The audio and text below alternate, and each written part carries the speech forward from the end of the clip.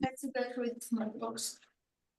Okay, I'd like to call our LA Jews for Peace monthly Zoom to order. Today, we're very lucky. We have Amira Saunders, Gideon Yefet, and Yona Kidron. These are three people who are Israeli Americans with a special perspective different than us Americans on the situation in Israel-Palestine. And I'm going to be very interested to hear what they have to say, especially after the ceasefire deal that we thought we had high hopes for just fell apart again. Not surprising. Again? Really? Again?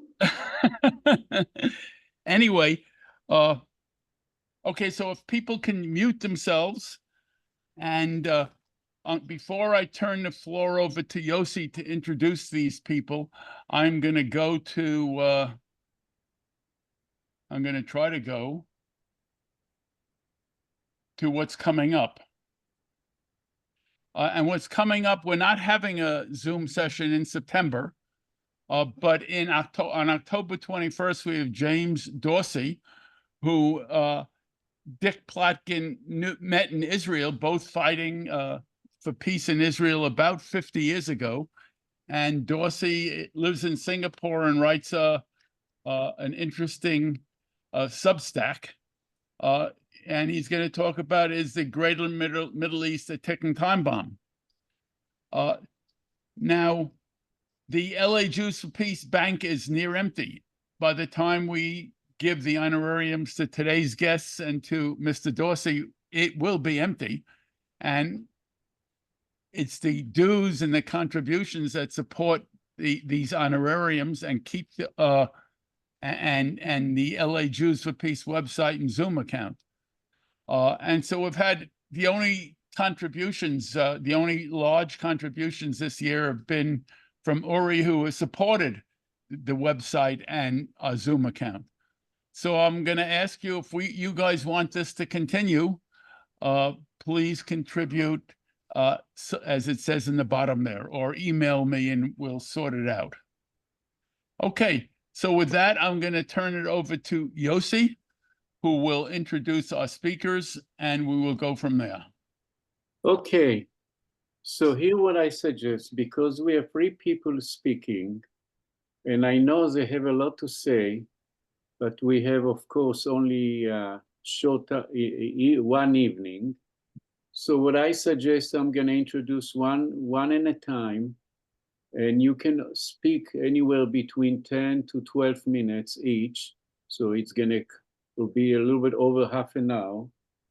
And then we can open discussion, questions that Jeff will be the facilitator. Okay. So at this point, I want to start with Amira. One thing I just comment, I met Amira, Yona, and Gideon. Yeah, okay. I speak first, Yossi. Gideon goes first, Yossi. Okay, okay. I just want to say a comment that I met Amira, Gideon, and Yona in the last year and a half. And at one point I was happy because for years I thought that the only Israeli in Los Angeles, maybe including Uri, that have something to say critically about the Israeli government. And through these people, new people, suddenly we felt that we are not alone anymore here in Los Angeles. And I'm very happy to know you, three of you, you know. So as we said, I'm going to start with Gideon, who was, it's only 2 years younger than me, so he was born in 1952. And he was in his early days as a student in university in Jerusalem, Hebrew University, he started being a peace activist there.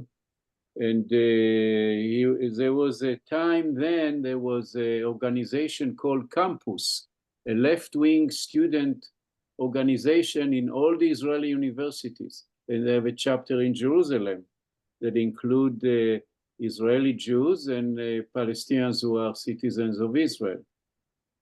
Then he moved to US, but he doesn't tell me when. You can tell us if it's important for you. And he live in different part of United States, St. Louis, Mountain View, and now he live in Burbank since 1983. Gideon is a retired surf engineer and a very nice person that I met him. I remember when I saw him first time, I saw his black shirt. It said, looking at the occupation in the eyes. And I said, this is my guy. This is my guy. Okay, Gideon. Okay, well, thanks for this. Thanks for this nice introduction, Yossi, and Jeff, thank you for organizing it. Since Yossi gave us 12 minutes, I will start. So the background, as Yossi said, I arrived in Jerusalem University in 1974. I mean, 2 weeks after I was out of the military service in the Yom Kippur War. I can tell you, a very, very angry person when I came there. I was always on the left, but never active. I was one of those people on the left that say, yeah, occupation is bad, let's go see a movie. Never was active, but the war changed it. And coming to the university, all of a sudden I saw tons of people that think like me, a lot more than I ever seen in my life.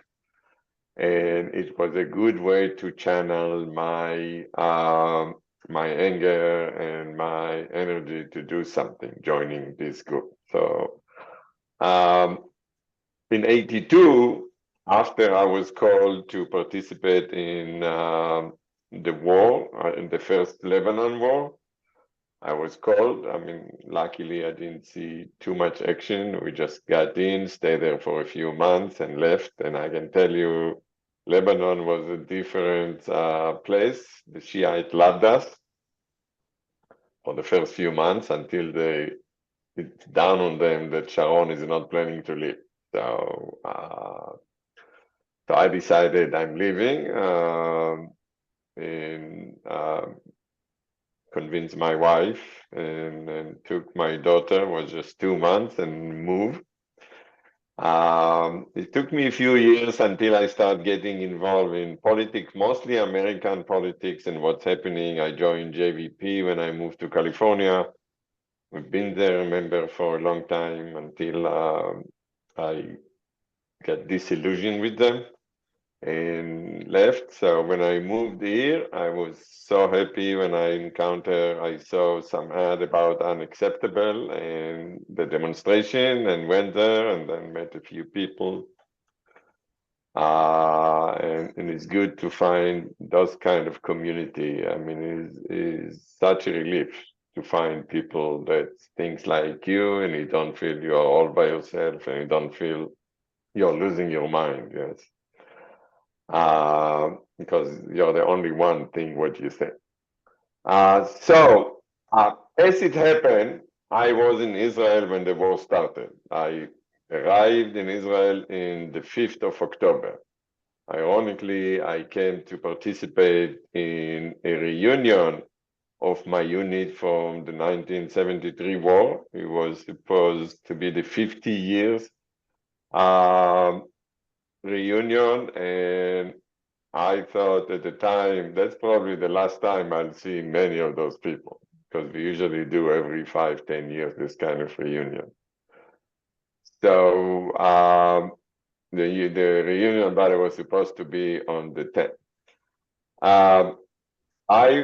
I was in my childhood home, which some of my sister and brother were living there at the time.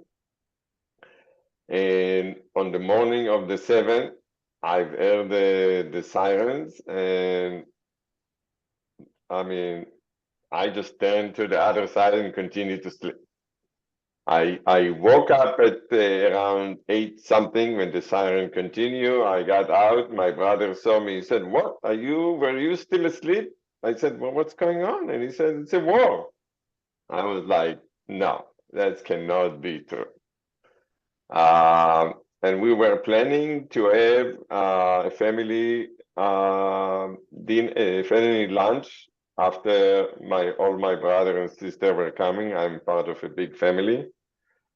And my son, who is living in Israel, was supposed to come also. So we started watching the news, and I mean, it was the first day or the first 2 days. It's like you sit there and somebody hitting you with the baseball bat. You get hit a body blow when you see the number on the TV. 100 people, 150. 250, and then they start jumping by. By the end of the day, it was very clear that this is not a typical war against Hamas. The stories start trickling down, and when my son finally woke up at 9, he got a call that he need to go to his unit. He was called to Miluim. They asked him to be ready. And my son served in infantry unit, so he did Miluim. Luckily, he's a Northern Front unit, so he went there. I can say that the first week was such a difficult week. I mean, you see the picture, you hear the story, you see what's happened. And all of a sudden you realize the military was not there. I mean, all those stories start trickling in. It took a while, and I was enraged, I can tell you. I was thinking we should just go there and destroy the Hamas and show them once and for all, blah, blah. I was very angry. And then the next day they start shooting from Lebanon, which is again, got me very angry. But obviously, it took me probably 72 hours to realize, no, we cannot support this war. This war is just going to take us to places that who knows how we'll get out of them. And before this talk, I look at the family WhatsApp that I have, and I went all the way to 7th of October. And when I relive those messages that were flying around on the horrors and what's happened and the stories were going on and the anger, and reliving it was very difficult. I can tell you. It took us probably a week to start putting their hands around it. What exactly happened? Why the military was not there? All the bad story that's coming. That's really nobody was there. Yes, nobody was there to help the people. The military, for whatever reason, did not function. The government did not function. It was very clear when you hear the stories. So it took a week, and then you could see a lot of civil organizations came in and stepped in where the government did not. And for me, it was very interesting to see how it happened, because my son was in the north, and then you hear a story, they don't have enough equipment, they don't have jacket, or they don't have food. Not all the stories were true, but a lot of rumors were flying around. So there were a lot of group that jumped into action. Ahim Laneshek, brothers and sisters in arms, they're one of them. And I saw firsthand how it helped because I went to visit my son 2 weeks after the war broke out. And my rented car was full of boxes. I think I sent some of those pictures, but they're full of boxes of Excuse so me, much stuff. Gideon, you have 2 more minutes. That's it. I just started. Well, I know, but I'm Okay. looking to watch. Okay, so let me just touch a few points of what's happened. A week after the war started, you could see attacks on Israeli Arabs, very bad attacks. You could see the system or those right winger. Now you see their thing that happened miracles. They start jumping in and start attacking Israeli Arabs everywhere. You're not talking about just in the big city, the mixed city. They're doing it everywhere. They attack the worker that's coming in the city of Rosh Hashanah. They close all the building, the construction site, because they wouldn't let Arabs come in and they couldn't work. And people that came to work were attacked. Obviously, I'm not talking about the Palestinians. They used to come every day. They're being attacked. And in the West Bank, you could see what the settlers are doing. They were just going wild and killing.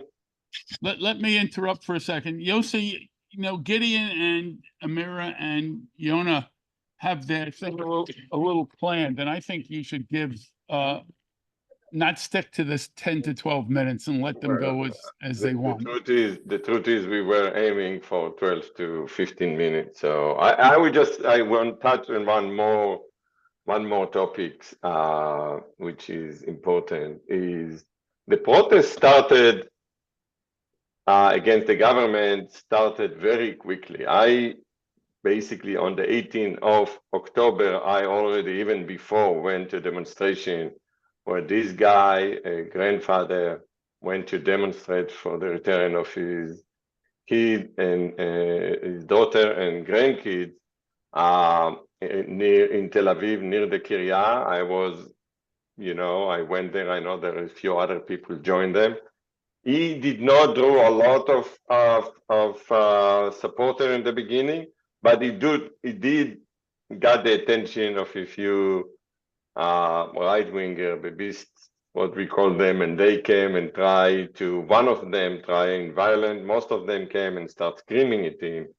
But the mostly all the demonstration, when they start going up in number, was mostly dealing with the hostages, bring the hostages. There was some small group like Standing Together and group that's called Merdal 23.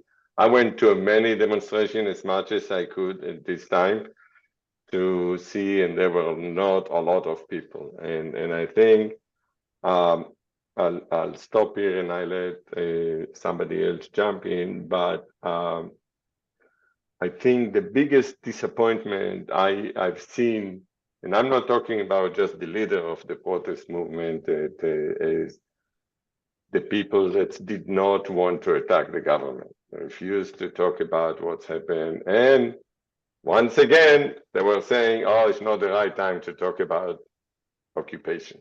I have some friends, leftists like me, that said, I cannot deal with this right now. I cannot deal with what's happened in Gaza. I cannot deal with occupation. I cannot deal with the settlers. We need to think about the people who got killed, and I don't have the emotional energy to deal with this, which I think was such a disappointment for me. Obviously, I didn't expect anything from the leader because the leader were not interested in these topics before, and I did not. So I can't say I was disappointed of them, but I was disappointed that the overall groups did not refuse to acknowledge it. And it took months and months, probably in January only you start seeing group like Standing Together attracting big crowd and thousands. So Anyway, I have a lot more item I put on my list, but I'm running out of time. Maybe I can come to them when we talk in the Q&A. But I'll stop now and I let Amira, I think you're going to talk now. Yona is next. Yona. Okay, Yona. Okay, I received the bio of Yona and I didn't know, I just know Yona for a year and a half. I didn't know what is the background, what is the story, who is Yona? But she was born in Haifa, 1960. I think Amira also from Haifa. This is, they used to call it the Red City. And she was raised as a mainstream Israeli, but for her life, she started absorbing critical journalism, mostly from Haaretz newspaper, that for years, it was the only place when in the print media in Israel that you can find some critical articles. I think this was about the policy of the government vis-a-vis the occupation, the Palestinians and other stuff. And through this, she starts being supported of the overall the peace movement in Israel and the idea of equality. And she defined herself as a left-winger in Israeli society. She moved to Los Angeles in 2015, and she decided that she had to do something about the craziness and the injustice that she saw in Israel. For this, she decided to join the Unacceptable. I believe that some people in this meeting don't know what is Unacceptable, which is an organization of Israeli Americans here in the United States who started to do activity, demonstration, and all kind of stuff vis-a-vis the fight for democracy in Israel when the Israeli government started with try to destroy the whatever left from the Israeli democracy.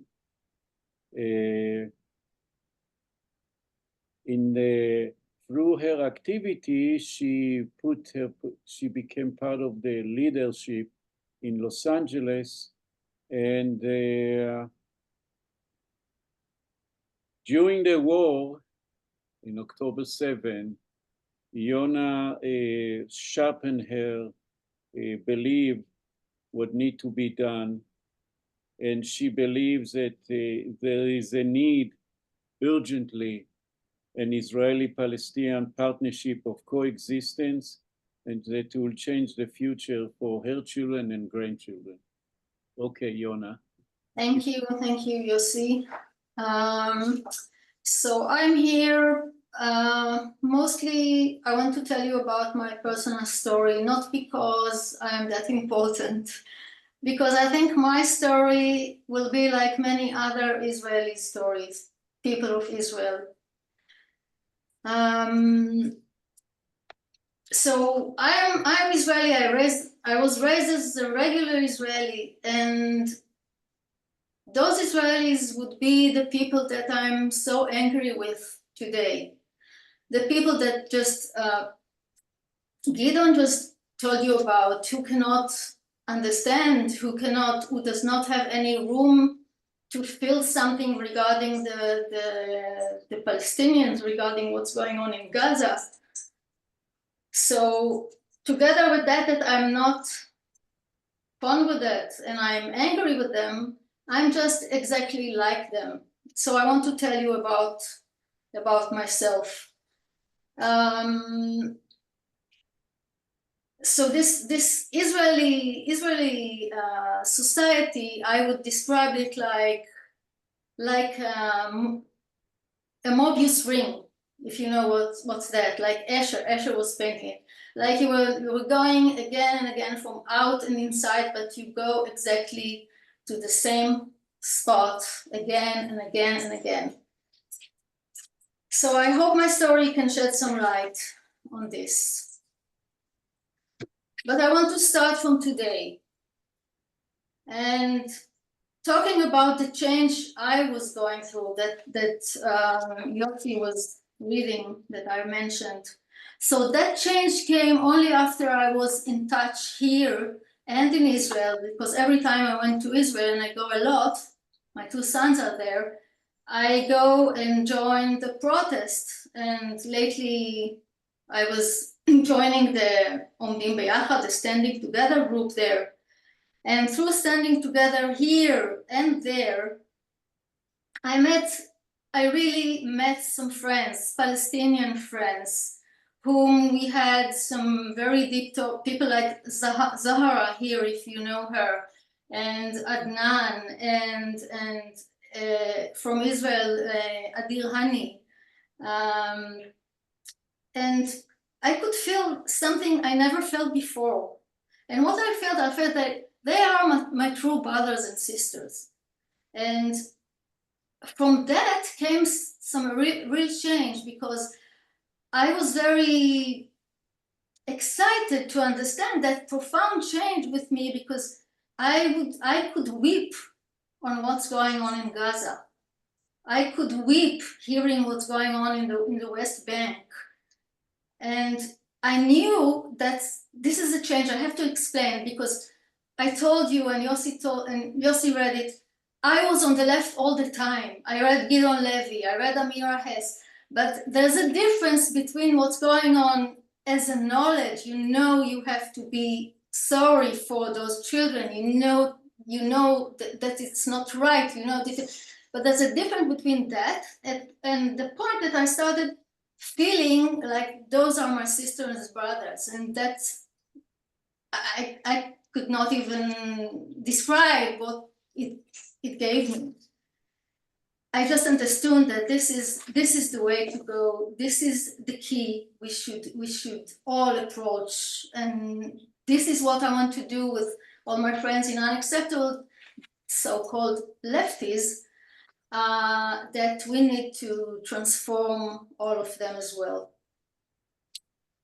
So last visit in Israel, I was in I did some really exciting or things that I want to tell you about. I was in the Kenes Shalom, the peace. How do you? Conference. The peace conference. There was a big conference. All the small movements, all the left movements, which were never friends, you know, lefties, they came together, and it was like in a big hall, in a like the big dome, big huge dome. Everyone was there. I was standing outside, and then you go inside and you meet all your friends, and some of them I knew from here. I met Gadir Hani, I met Mike Pundak, Ayman Uda, which I don't know him, but I know of him, you know, he doesn't know me. And it was so exciting to see everybody, hear the stories and see the program that they are. I know some of you saw it from here, it was broadcast. But I was there, my son was with me, and he said, oh, mommy, you know everyone. Yeah, because I know the people from here, and I was hugging with them. It was really like something like so uplifting. The other thing I had to be in the occupied territories. I told myself, it's time you go there and see what's going on. So I made some contacts, and someone just gave me some information about a group named Engaged Dharma, that they are doing some tours in the West Bank. So I'm calling them, and I'm joining a Shabbat morning tour. I'm taking with me, and she's a key. She's important to the story. I'm taking my sister-in-law with me. She doesn't want to come because she's like, you know, she's from the lefties that cannot feel anything to the Palestinians right now. And we talk about it, and we argue. We're very good friends. So she comes with me, And together we go to the tour, and in this tour, 20 Israelis in a minibus. The driver is an Muslim Palestinian probably, and we pass through Rosh Ain, and it's very near. I didn't even understand how near it is to the center of Israel. So we go there, and we go to, and the guide, he just explained to us about the situation between the new settlements, about the new last year that Gideon mentioned it as well, that the change that this government brought to that area, and the change is that while all those years the occupation wasn't good, you know, it was evil all the time, but this year, after that government, that right-wing government took over, they just took all the military. The military was the one who was Shaltu. How do I say? The military was in charge. The military is in charge of the occupied territory. This is the law that if you have occupied territory, only the military can be in charge of them. So now what's going on in Israel? So they gave the charge into the people who live there in the like Smotrich, and now it's not anymore the military, but the military cooperate with them. So what's going on? So later we start the tour, and then we sit under a big tree. It wasn't Etz Haruf. I don't know how to. Yeah, a tree. Yeah, and we sit under, and we speak with a very nice man from Dir Istia. This is the village, and he talks about how they suffer, and how they, since October 7th, they are not allowed to work. They are not allowed to do anything. The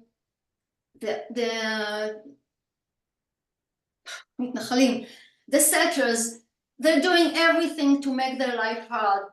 They take the water from the wells. They put just high hills so they cannot move from village to village, and so forth and so forth. We sit and speak with this guy very peacefully, and then we see what was supposed to be a very peaceful tour, you know, because they promised us.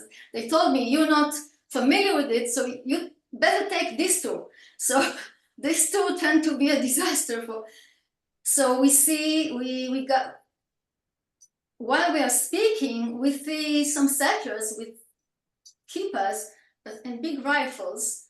They're coming and starting to take pictures of us, surrounding us. And this is a frightening moment, you know. This is something, I wasn't in any fear, but there were some young people in the group. We were 20 Israelis.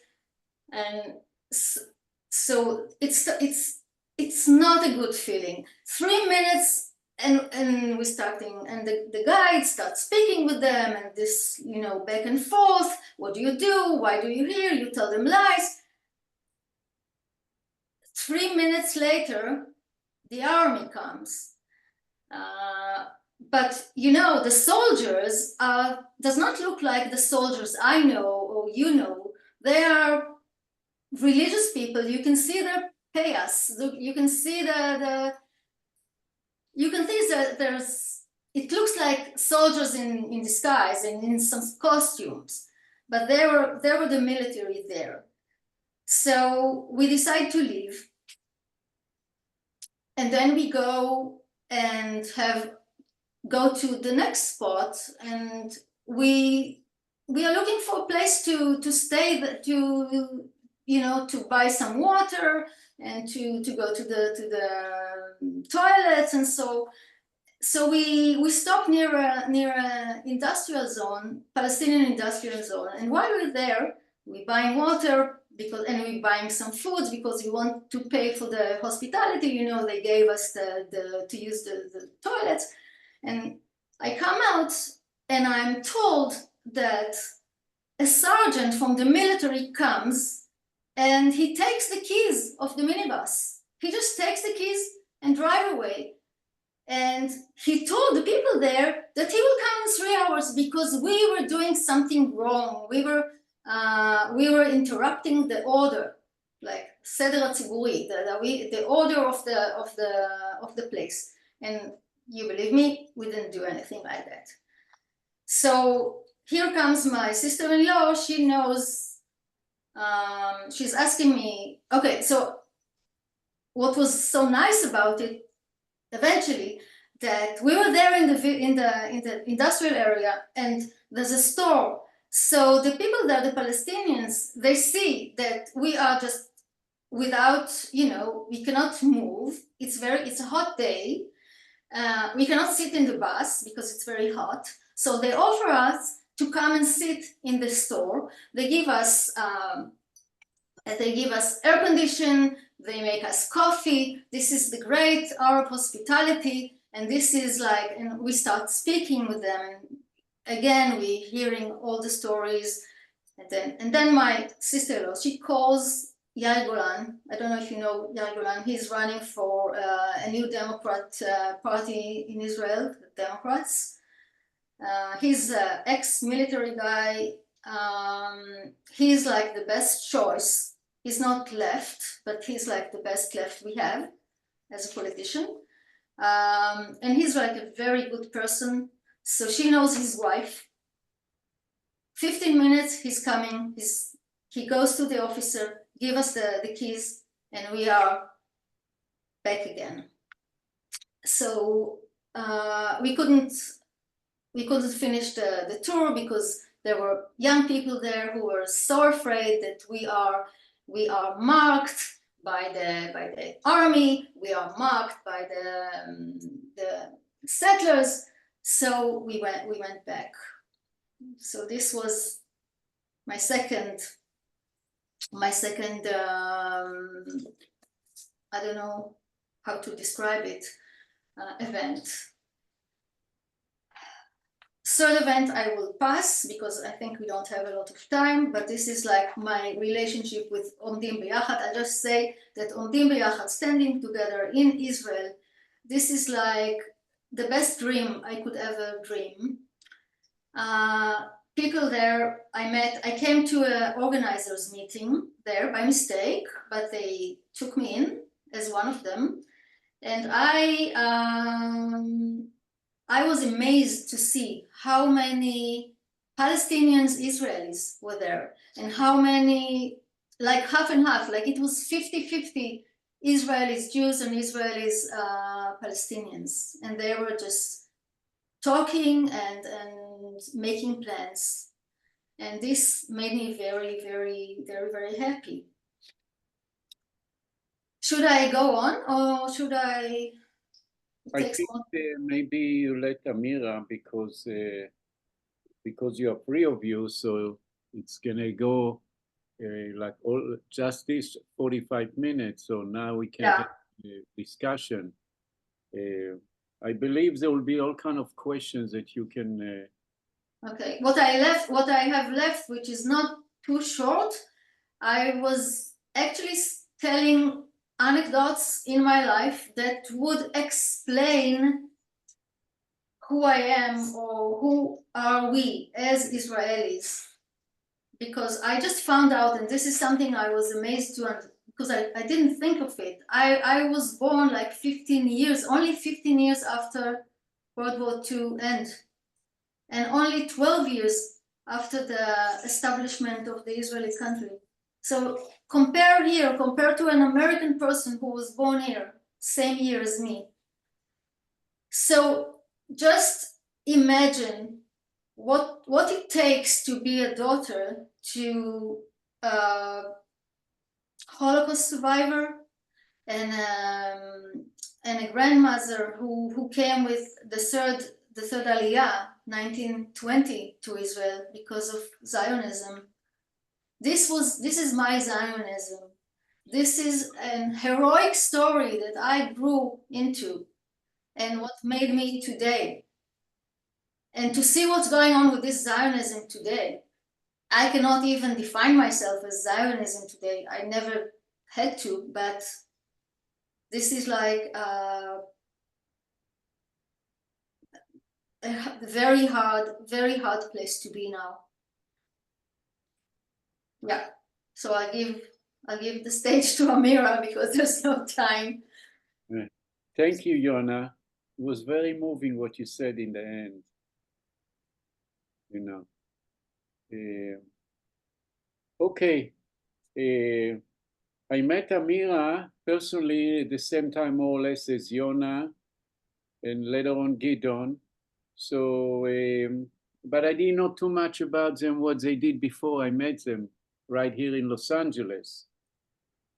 But now, this is what I know now about Amira, that she started as activism, peace activism, already in city of Haifa, north part of Israel, in the 80s, which is show how long she's already active for peace.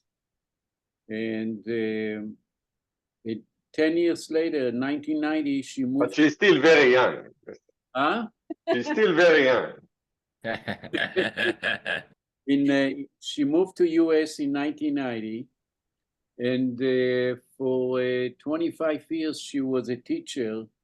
Are you still working as a teacher part-time? As a part of the Los Angeles USD. She was teaching math and CS, which I have no idea what is CS mean. Computer science. Ah, okay. And with looking into to be helping the community.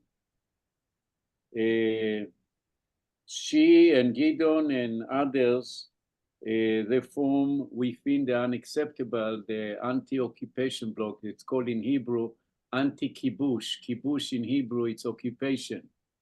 This is a website group that's still functioning as we speak. And once in a while, some of us putting some information there.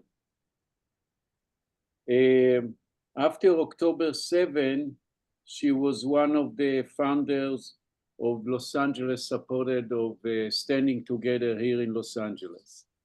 And she's one of the, now, de facto, some of the leaders that of the Los Angeles chapter of Standing Together. Okay, Amira, it's your floor. So Okay. what you said, it's 15 minutes? Okay, I got my timer at 12 and then there will probably be 15. Okay. And you gave us a very hard task to tell our story in 15 minutes. And like, I think for me and others, politics have always been kind of central to our lives, but I'll try. So I was born in Haifa and my name is Amira, which is also in Arabic, which I love, but my parents didn't know Hebrew. They were new immigrants from England. They came to Israel because they grew up under World War II in England, feeling like it's a step away from them. Most of the families were wiped in Europe, and they felt like they never belonged. And they had ideals of socialism and anti-racism and all of that. And they came with that to Israel. And actually, it was a very, very influential part of my life. Anti-racism was mainly exercised with like Mizrahim, because there was a lot of discrimination in people around us against the Mizrahim, but my parents were like really gung-ho of like fighting it, and many other values that I really value that they gave me. So political aware, and they were very much anti-Likud. Like my brother wasn't allowed to play in Maccabi for a while until he fought for it, because they were very, very much labor people and against Jabotinsky, against Beitar, against all of that. They really couldn't stand it. So political awareness started in stages. I remember 67, my dad almost disappeared and stuff. I remember I was not in the hubris of how great this is. We went to the West Bank and I saw little kids running after our cars with candy, and I hated it. I hated it. I hated the hubris. I hated all of that. When I was in high school, that's when the settlement started. I was, me and a few friends, we were like against them. And I grew up later in Netanya, which is a very right-wing place. And we were kind of hounded, like, where did you get your opinions and all of that? and started thinking and stuff. So when I got to the army, my sister was an officer in intelligence, and our English was better than most Israelis, so they wanted me for intelligence. And I kind of sensed that I don't want to do anything with militaristic. So I went to the Nachal, which is like a kibbutz, and tried to kind of grow vegetables for my army service. And it's kind of mostly worked. I was in a kibbutz in the Arava, which is in the desert near Eilat. Beautiful.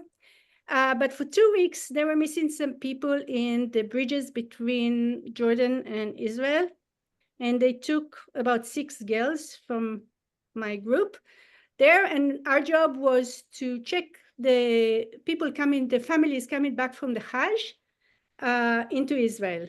So you had to ask the women to take off their clothes. You had to check them with metal detectors. You had to take the toys from the kids to be x-rayed and all of that. And I mean, it's mild compared to things that you hear happening in the West Bank. I tried, me, goody two-shoes, tried to be gentle and kind and all of that. But the people around me that was the regular job, and they were screaming and being horrible and rude. And obviously what I was doing was also horrible and rude, even though I tried to be nice.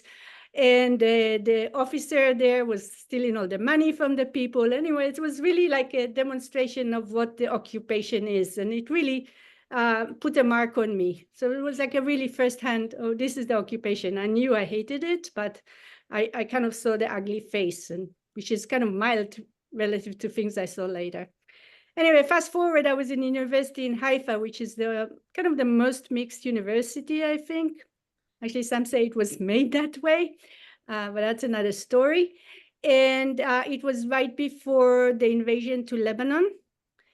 And it was clear like what was going to happen, that Arik Sharon was going to go in there. And it was clear to me what was going to happen. I was walking to class. I saw the Student Arab Union having a demonstration. And I looked at them and I crossed the line. So I went over there and everybody looked at me like, what is this Jewish girl doing with them? But anyway, that started activism, and I met people and whatnot.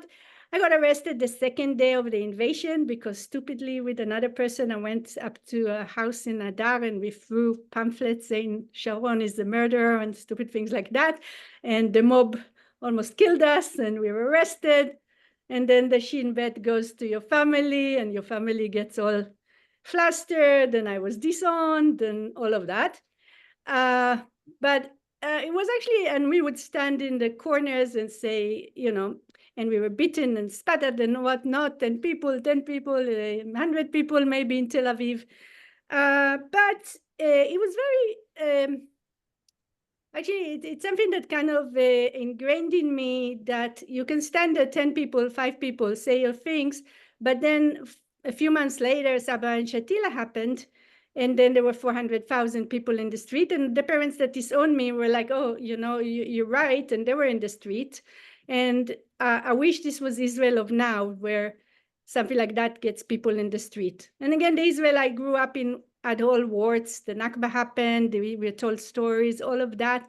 It wasn't anything like it is now, in my belief. You might say I'm naive, but that's in my belief. Anyway, then I was part of a coalition that was kind of regarded as radical left. In Haifa, Uri knows some of the people I knew from Matzpen, and there was Siach and other people. I never belonged to anything. I just was happy to work with them in the coalition. And we started also doing, one of my friends, older friends, she was much older, but she was one of the people that started talking about the trauma of the kids under occupation. And she started a project in Jenin for the kids in the refugee camp. So we would go to Jenin. In those days, it was really easy. You got a shared taxi in Haifa and you'd go to Jenin, and we met people and we did things for the kids, but we also met the community leaders there, and they would all be put under administrative detention. I could see the tear gas and all of that. And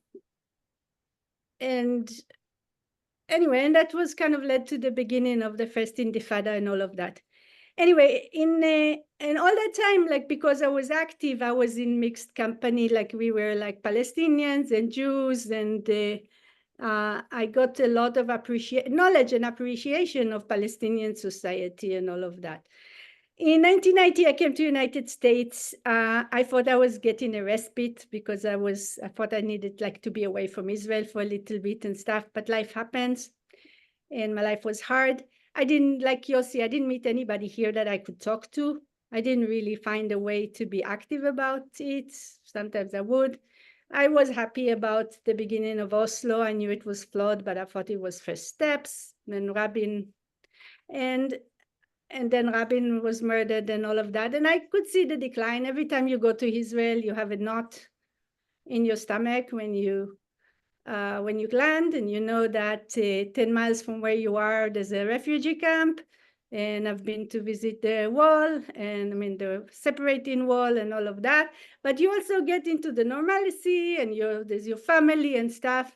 And for years, everybody was living the good life. And especially in the last few years, I was really kind of disheartened, or maybe I don't know, maybe thinking, I was thinking like, no, this is not sustainable. This has to blow up. But I didn't think it will for a long time. Actually, when they found the gas independence, when the high tech, everybody was having a great time. And I thought, they don't really have a reason to solve it because they're living, they think they're living well. So anyway, I wasn't very active, and instead I put my energy into trying to fight social justice in the education system. And then I was in Israel in January 23 when the judicial coup started. I went to the demonstration. When I landed, I asked my brother about it. He said, it's not going to happen. And then, of course, they were running away with it. So I was at the demonstration. I always go with the bloc, anti-occupation bloc. I came back with the democracy and occupation cannot coexist, and that made Gideon's eyes light up, and he made 17 of them, and that's that. But reason I did all the time think that the reason I'm there in Unacceptable is because I think that Israeli society is undergoing a crisis, and I think that when there's a time of crisis, it's a time of maybe possibility of correction. So maybe people will kind of look. And then October 7th was obviously a shock.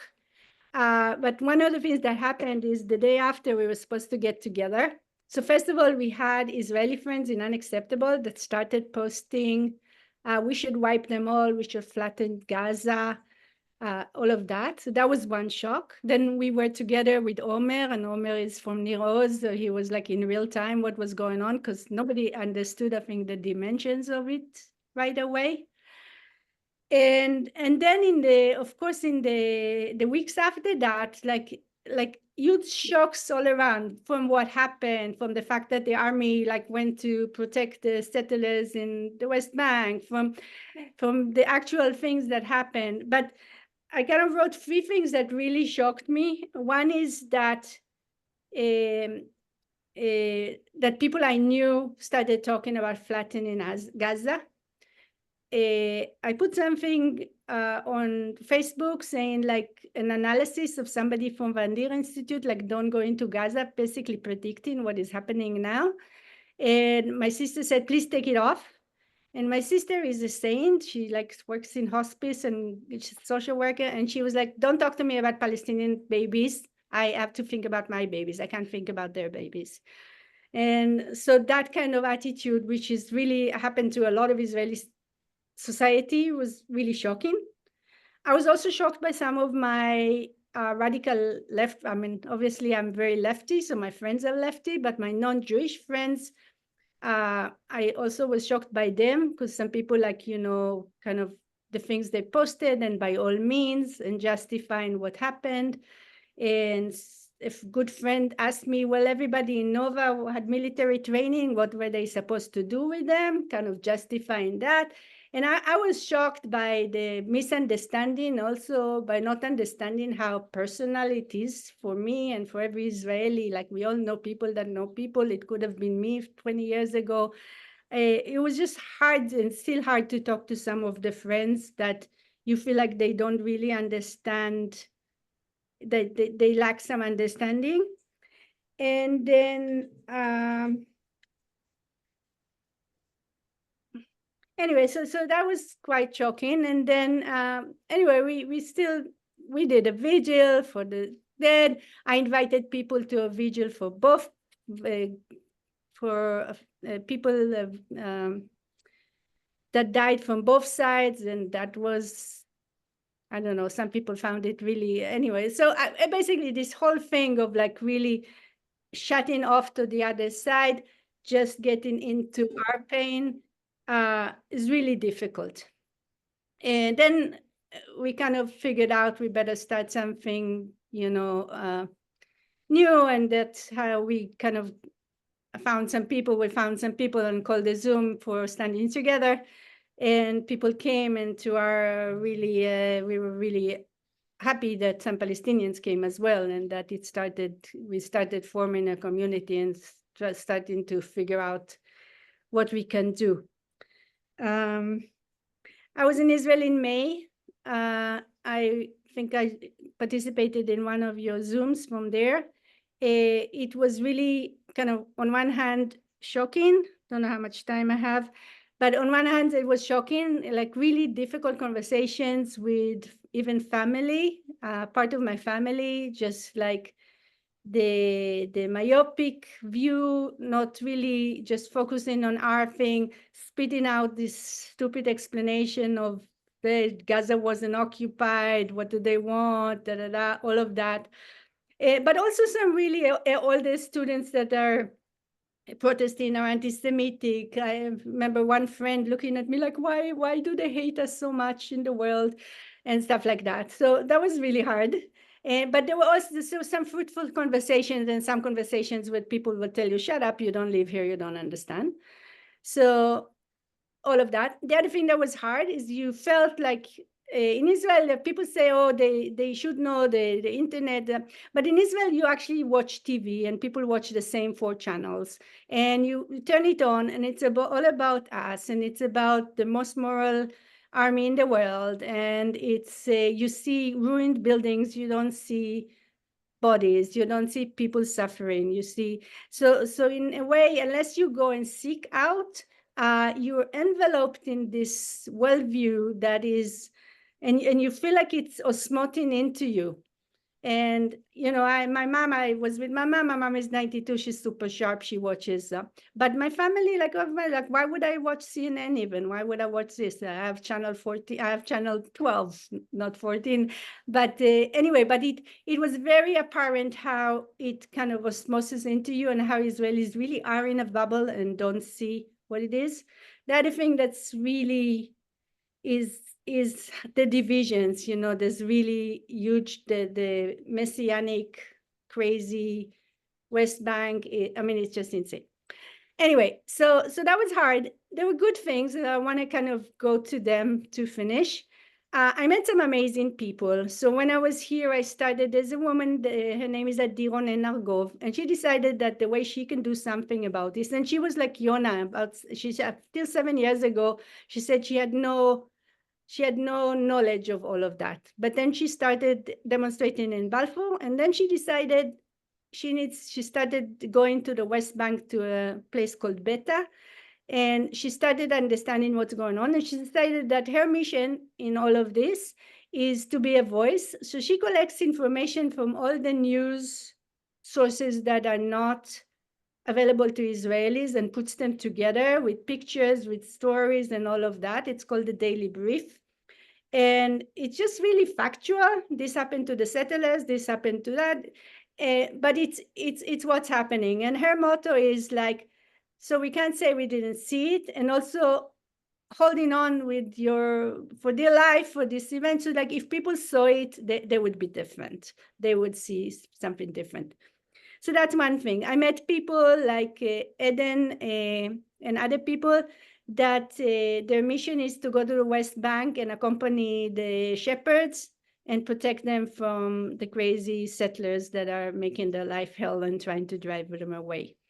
I went with Omdim, with Standing Together, to the Turkemia crossing, where they did this project to protect the tracks going into Gaza.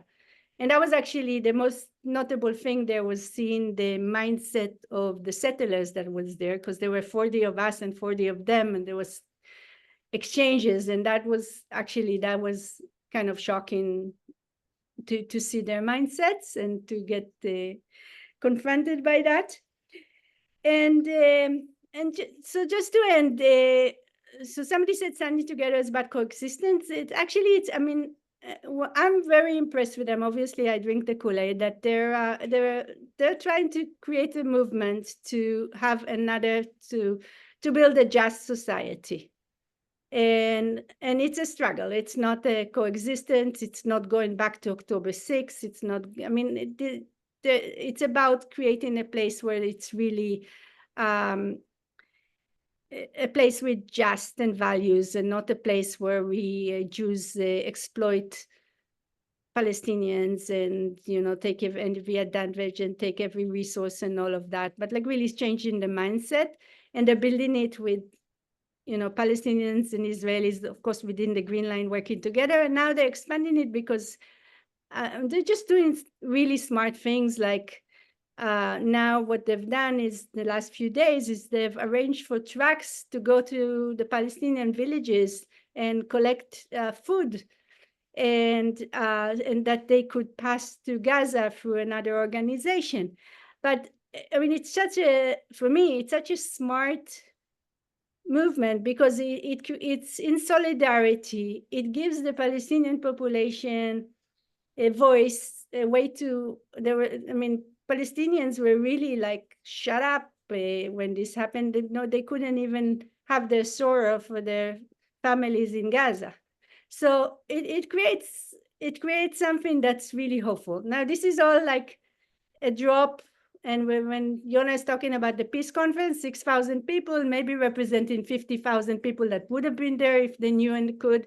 But obviously it's a drop in the ocean. But for me, it's peace movements, instead of fighting with each other, coming together. And it's there so that, it's a time of crisis and things can change drastically badly, or can change drastically positively, and I hope positively. But that voice, I think, is really important there. And I think for us here, again, so I'm being optimistic despite myself, or it's like, I think there's a lot of things that we can do here in this case, because we're outside. We can support the peace movement in Israel. We can talk to Israelis and tell them what it looks like from here, because they really are not seeing. There's a lot of things. We can talk to the Jewish community here that is in its own drama. And anyway, so I think there's things that we can do. So the last thing I want to say is kind of two Jewish things. And one is that I like this. I'm not very religious, but I like this saying of it's not your job to complete the job, but you don't have the freedom not to do it, not to engage. And the other thing is the Leonard Cohen. It's also a cliche, but there's that line from the song that goes something. It's the crack. It's that the light comes into the crack. And so when things are broken, that's sometimes when the light comes in. So Uri will forgive me, but I'm really trying to hold on to hope. And that's all I have to say. Thank you. Okay, Jeff, I think now you can facilitate the question and answer or discussion or whatever.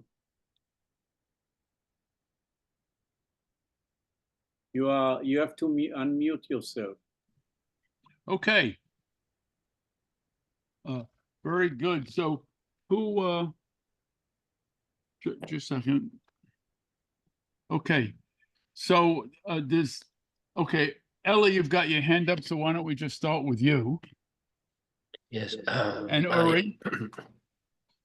Yeah, no question on your comment. Thank you for your authentic voices. Thank you. Well, I was just so touched by what everybody had said. And I want you to know that I highly respect, love all of you. I want you to know that I'm acutely aware that I came here at the age of 12 I have the emotional privilege, if you will, of not being that tethered emotionally to Israel or Israelis, albeit having family there.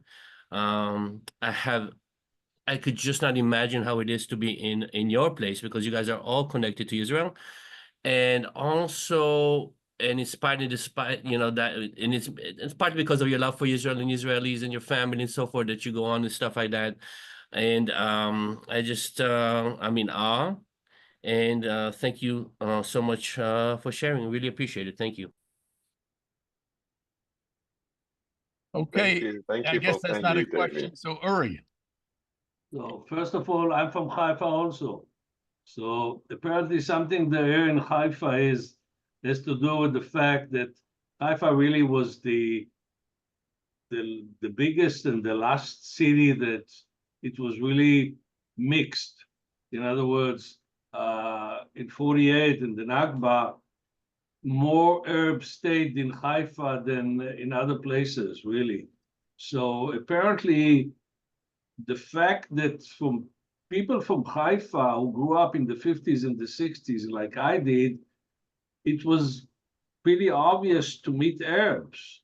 Unlike most people who grew up in Tel Aviv and other cities, who the only Arabs, if they ever saw, is the person who was either doing the guard there or doing something or doing some manual labor.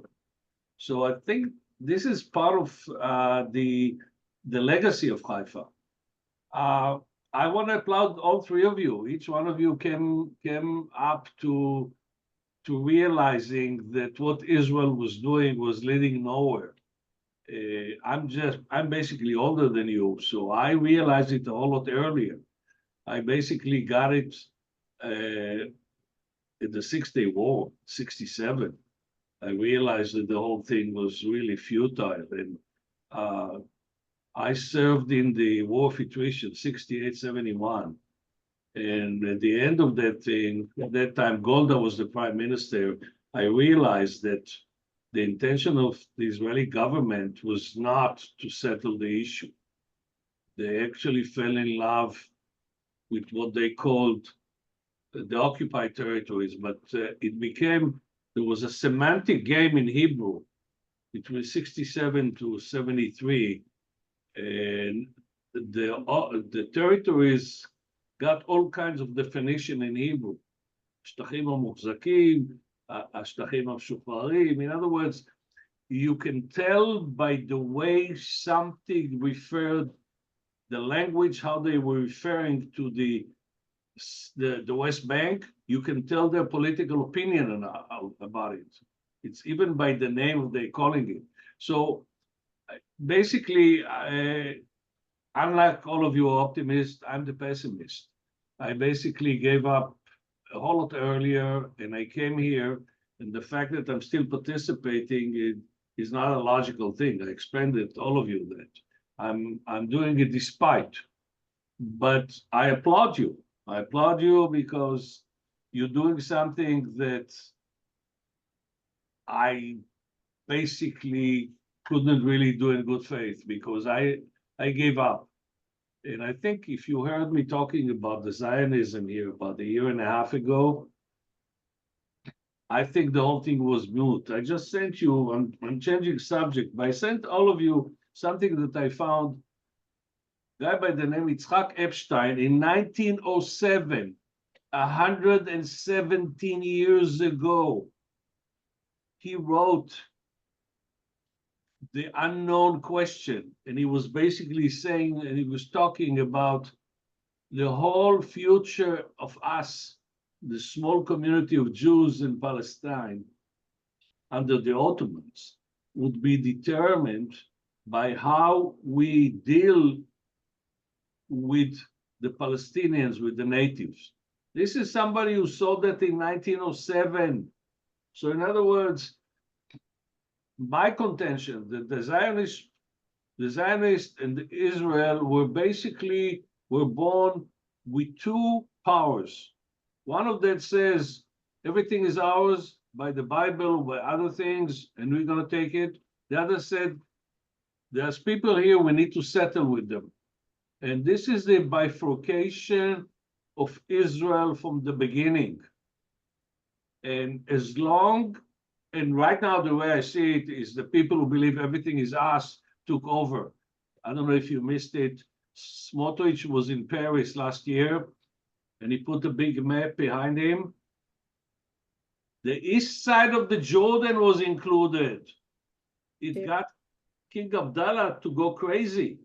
In other words, there are certain people who still believe that the greater Israel, and then the definition is whatever you want, from the river, from the Egyptian river to the Euphrates. So we're fighting to supposedly a democratic, sane, liberal Israel. My contention, it never existed, and if it ever existed, it died a long time ago. So I don't want to appear on your parade. I respect the fact that you have the commitment. I supported the demonstration against the coup, the judicial coup, but Benjamin Netanyahu represents now a bigger chunk of the Israelis. And since we have the power and the United States support us, this is going nowhere. I'm sorry to say that. Thank you all. Does anyone want to respond to? I want to respond to Uri short, just to say, yeah, I mean, the history, I came from a very right-wing family, Etzel, Begin, like Herut. But the fact, I feel if I moved left and some of my brothers and nephew moved left and then there is chance. I was a follower of Uri Avneri and he died believing the two-state solution is a possibility. So I'm still optimist because if I wasn't optimist, I wouldn't be running to demonstration and holding, you see the sign behind Uri, that's the one I made for him. And so I believe that solution can, good solution, equitable solution can happen. Okay, so I don't take the bad things that happen as a message to stop fighting. Okay. So bad thing will continue to happen. We will continue to fight. And I'm hoping more people will continue. And my optimism is, I believe is rooted in my Jewish education. Yes, that we will fight, we will atone for our sin, and we will continue to eventually good things will happen to good people. So, Amira, did you want to continue? I guess yes. I mean, I want to. I mean, I agree with Uri about some of the things. I think there's no. I actually think there's no one history. There's stories that are being told. There's different narratives that are happening. There's no denying the atrocities and no denying the evil. But there's a lot going on in the mix. But I think things are looking the bleakest they've looked in a long time, and the reason is that you can say that it was there from the beginning, but the Jewish supremacy concept is so everywhere. It's in the education. It's people don't see that they're racist anymore. They don't see that they're supremacist. It's all around them. And so it does look like it's incredibly bleak, but we're in a place that is, this is a really fatal, this is a critical place where we're at a critical junction, and there's 7 million and 7 million on the ground, and it can continue to Armageddon. It can continue to Israel completely dismantling, because I think after a while, anybody sane that has the option might leave. But it could be that people, you know, some people, and there's a big fight within Israel, within the groups. There's 3 really big groups that have kind of all pulled into a different, and just like here with 2025, the Messianic Zionists, they've been working on it for a long time, and they know what they want, and they've had, and I think the kind of the center left has been asleep at the wheel because they had their good high tech and they had their good life, and they weren't seeing how this is happening under their feet. And not that everybody in that camp is, you know, anyway, basically, I think that it is a really critical junction. I didn't say, but I have family in the settlements. Like there's people that I grew up that I was very close with, that went to the settlements, and for years it's been kind of coexisting and declining their invitations and being shocked by the things that they post on Facebook and sometimes responding, like my cousin that went to the settlements and is complaining about the muezzins and God knows what. But a few days ago, my cousin actually said it's time for a ceasefire. And I think that was for the fear of Iran. And so I don't know, I'm just trying to, it really looks bad, but I think there's cracks and there's places where people might kind of start thinking and things might get into people's consciousness that this is leading to just more and more disaster and bloodshed. Yona, did you want to respond also? Yeah, I wanted, maybe it's not a response, just to add something to what Amira said. I think Israelis it's very hard for them to see through. I think we are, and I say we, although I'm not anymore part of this Israelism, but I see myself as one of them. We are trained to go through, like road 443, for instance, was very near to my house, to see the walls, to see the gederot tile.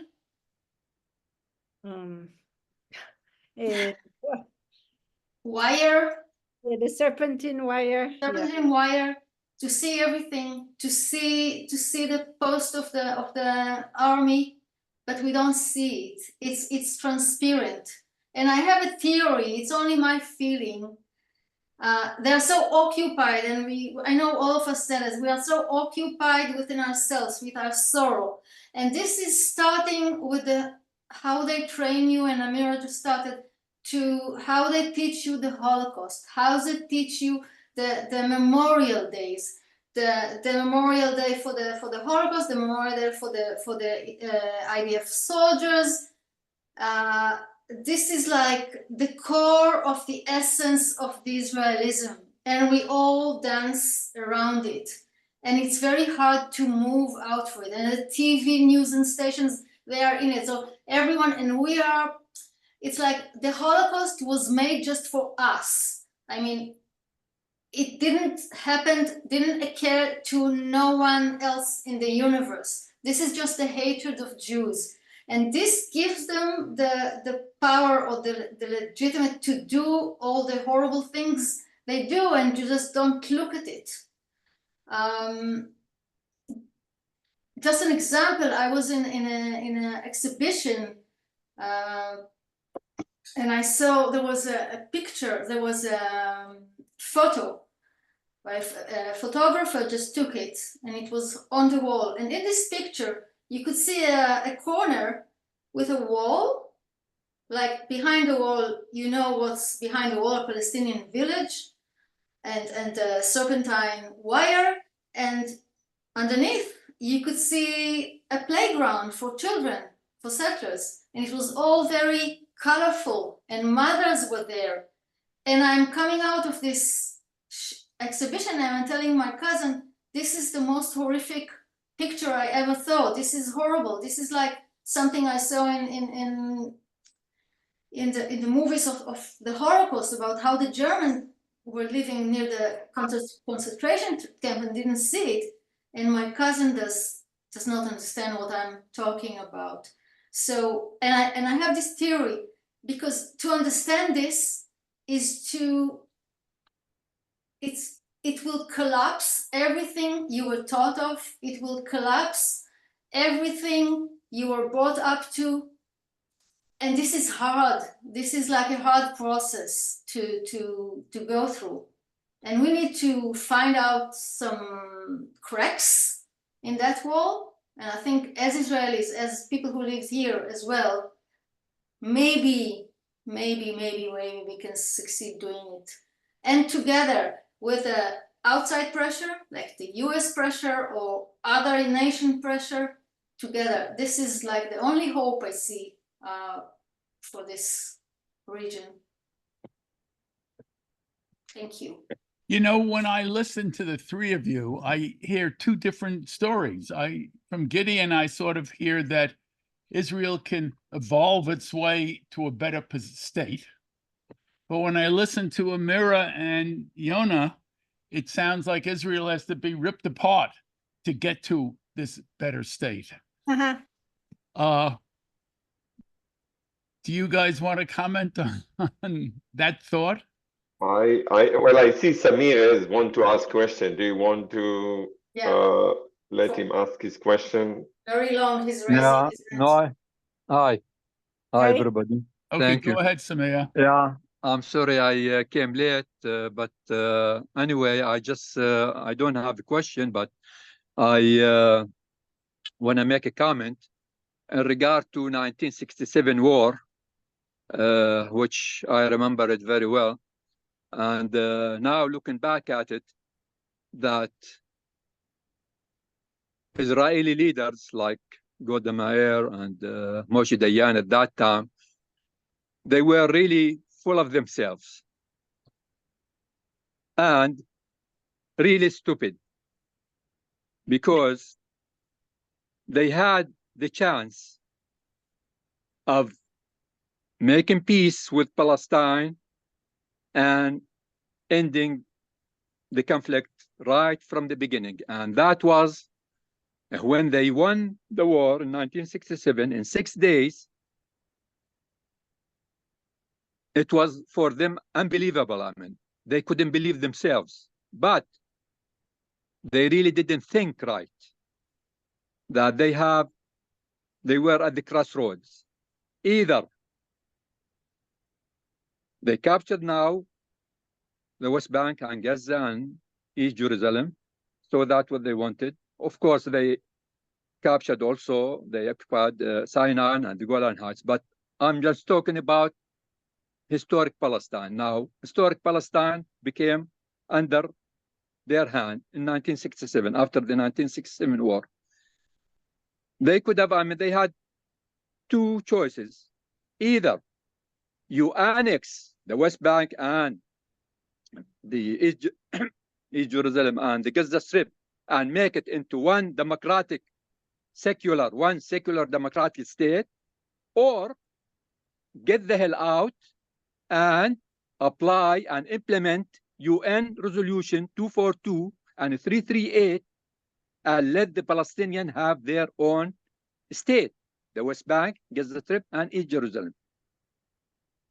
They missed that chance, and that was, I mean, a major mistake for all Israelis, Labor or Likud, or everybody. It was a major mistake. They missed it, and since that time, we never recovered. So, I mean, to say that those great no, they were not great Israeli leaders. They were the worst Israeli leaders. And we end up again now with the worst of the worst, with Benjamin Netanyahu. Mm-hmm. So to talk about, I mean, Israelis elected the right leaders? No. In the last 76 years, Israelis never elected the right leaders. Either they elected terrorists, like Ishaq Shamir and Menachem Begin, or they elect butcher like Ariel Sharon, or they elect Benjamin Netanyahu, the butcher of Gaza. This is the history. Or I mean, even Rabin, I mean, Ishaq Rabin is the one who called during the Intifada of 1987, 1988, to break the bones of the Palestinian kids. I mean, thinking about, I mean, these kind of people, I mean, and Golda Meir and what, they could have ended it right after 1967 war, and they said, okay, we won the war, let us either have one democratic state with the Palestinians live together in peace, or, okay, get out, implement UN resolutions, the whole world saying get out of the West Bank and Gaza Strip and East Jerusalem, and let the Palestinians have their own state alongside Israel. And that would have been the end of the story. So that's what we end up.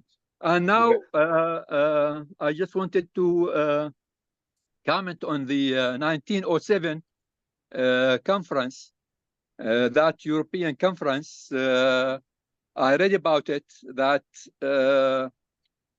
there was the British Prime Minister Campbell Bannerman, I think.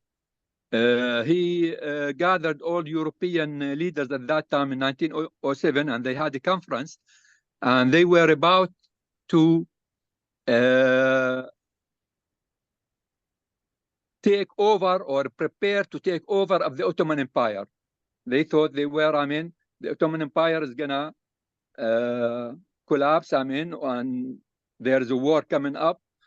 Of course, I mean, they didn't say when it's gonna happen, but he talked to the European leaders. Okay, what do you want after the Ottomans and the Turks will be out of the Middle East? Do you want to lose it to the Arabs, to become an independent nation and altogether one united Arab nation, and you lose your resources and whatever, or you want to leave some foreign entity to protect these interests? And they said, of course, we need that. But he was thinking of a foreign entity, but of course, he didn't name it Israel. He just said foreign entity. And then later, it seems like the Zionists came to him and to other Europeans, and they said, okay, we're the one who can be that foreign entity. And then the Israel idea came out. And then, of course, Balfour Declaration came out later in 1917. Anyway. Samir, do you have a question, Samir? No, I don't have any question. Thank you very much. Okay. Robbie put two questions on the chat. Robbie, do you want to ask them? You could ask them, Jeff. It's fine. Why don't you ask them? You're on. Now let me see what I wrote. So I don't my see first the question was, what would your thoughts be about what a Harris-Waltz administration should be on Israel-Gaza? My Okay, second let him question answer that. My second question is, would you call what has happened in Gaza post October 7th a genocide? I don't call it a genocide myself. I think calling this a genocide, I think it's a political construct to help shock people into accepting the narrative. The Israelis call what's happened 7 on October Holocaust also, so I don't accept either definition. What I would like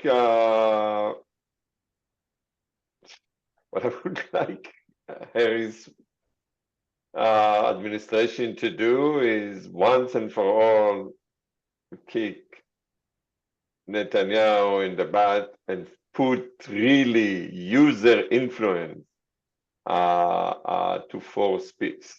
I think they are not doing it because of political reason, even if they agree. And I believe that that's in the timeline of the influence of AIPAC and influence of Christian Zionists. This is the best opportunity for them to go ahead and force a solution. They finance everything. So force a solution, the same way Bush the father did, the same way Eisenhower did, the Americans still finance everything. So that's what I would like them to do. Now, I don't expect them to do it. Amira, So a couple of things. I would, and I actually hope that Kamala is elected. And I think that she's not shackled by, I mean, there's geopolitics and it's really complicated, but I don't know, the United States needs a crazy Israel a lot less than it needed a stable Israel. So that's a geopolitics, but I'm not an expert on that. But Biden was really shackled by 50 years of dealing with Israel where things looked different. And I think Kamala is not, and I'm really hoping that she has the guts to squeeze Israel a lot more. There's a problem because even an embargo is going to take time until it actually is felt. But I think, and I've been waiting for it for 10 months for United States to put everything they can into stopping this. And the other thing is, I think they really need, there needs to be a massive Marshall Plan for Gaza. Gaza is uninhabitable. It's there's so much human needs there that I think they really need to do a Marshall Plan for Gaza. As far as the genocide, I have a kind of a double-edged answer. One is, I think if I read the definition of genocide by the UN, totally a genocide, no question about it. Use of the term, it depends. If I want to talk to Israelis and I'm going to talk the genocide, they do this. And sometimes it's okay to shock, and sometimes it's okay to, maybe you talk about mass killing and stuff. It depends. Depends, like, I'm opportunistic that way. I want to get to people. There's horrendous killing and they need to get to them, but I might use the terms to get them to listen to me rather than to shut off to me. Ellie, Yeah, I was really encouraged by what Amira and Yona were saying. Like Amira, you were saying, when there is crisis, there's always opportunity coming out of the proverbial crack, and I really like that. And also, Yona, in terms of collective psychology, when Yona was talking about, I harken back to what somebody was saying, that breakthroughs happen when pain prevails over the denial. And Israel has been suspended denial now since its nascency, but the pain of October 7th maybe have shocked it to a point where you're going to have a paradigmatic shift. So I was kind of encouraged by both your words on that. Thank you. Well, it's not what's happening, but maybe it would happen. Well,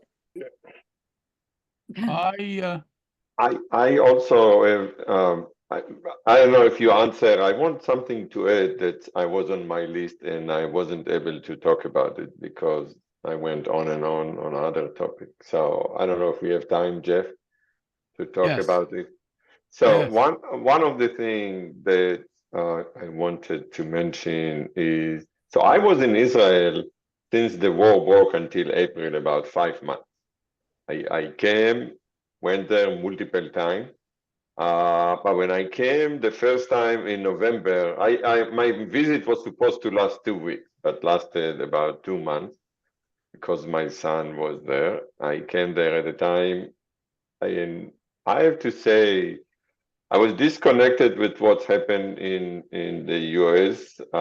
So until I came in the middle of November, and I'm part of If Not Now, and I joined the general chat, and I can tell you, I had so much difficult to stay on this chat. I saw a lot of people there denying what's happened to the Israeli, the rape, the mass rape, the kidnapping, the killing of people, completely denying, not believing the woman, not believing the victim story, basically painting everybody that's got suffer there, painting them in the light, oh, the Israeli army always lie, or nobody believe you. Nobody got killed, the Israeli just lying. It was very difficult for me to hear those denials. Those people will never deny a woman's story in the US, but they felt very comfortable doing it to Israel. And for me, personally, it was very difficult. The other thing I notice is in the leftist organization, again, if not now, but I'm also following a lot of other left people on Twitter, is basically there is justification to what Hamas did. If something bad happened, the Israeli deserve it. And we as a leftist cannot tell the Palestinian how to resist. And again, difficulties for me to listen to this, because basically those people said that Hamas now represent all Palestinians. And whatever they do, they are the leader, they are allowed to do it by any means necessary, got over and over spoke. And I thought to myself, I was sitting there listening to many of them young, white, and I'm saying to myself, those are very entitled people. You know, they sit here, they don't suffer any consequences. Yes. They sit there and basically say, we want to continue, we want Hamas to continue, we will support Hamas, whatever. I don't think Hamas represents all Palestinian, is a legitimate group, but is not representing all Palestinian. And to give them the keys for everything, it is very difficult. And related to this, you could see the admiration on the left to the Houthis and to Nasrallah and to many of those religious, or the Iran. I mean, JVP sent delegation to Iran to meet with them. So it was very difficult. I like, if not now, so I just stopped reading the posting because it was difficult. And the third item, this is for me the personal issue, is the embargo. I always supported that the US will stop the military aid. I say, why give Israel $3 billion a year? If they want to fight, let them spend the money. Let's see them doing it. But I am right now against the embargo, and I have conflicting interests because my son is there, he's fighting, and I know the Israeli army does not have enough equipment. If they will put embargo, I know they'll take many months.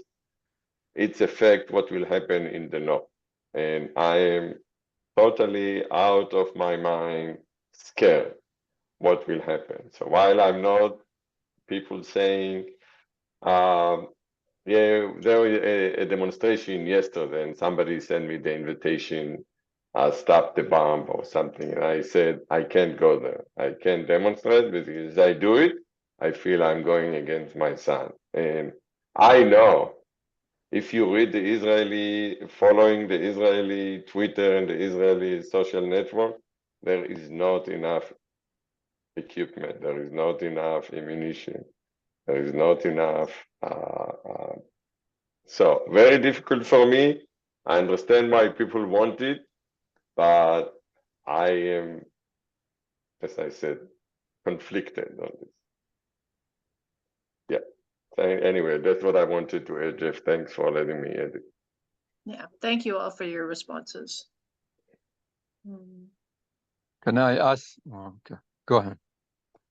Okay, Amira, did you have a new subject, or can I ask my question, which I haven't gotten to? Yeah, you can ask your question. No, you go ahead. I think. So I just wanted to acknowledge what Samir said. And history is complicated, but definitely there were a lot of things that had to do with colonialism and with Western supremacy and all of that that went into the way things were. And there were voices after 6 World Wars. There were voices in 1907. I wish they'd listened to them. And I still hope, like, people ask me if I'm Zionist or not Zionist. I'm kind of say I'm a Zionist. I'm not against the Jewish determination, self-determination, if it can be a just and equal place that gives place for Palestinian self-determination. If we can't do that, then there's no other way to exist. Exist there. So I just wanted to acknowledge what you said and the pain and the anger that goes with it. Thank you. Okay. 2 weeks ago, Israel did 2 assassinations, one in Lebanon and one in of a Hamas leader in Iran. I was wondering what you 3 people thought of that, and if you could tell me how does rank and file Israelis think about those 2 assassinations? Who wants to go first? Yona? Yeah, I can. So Israelis were singing the songs that were expected for them. I called my mother, she's 87.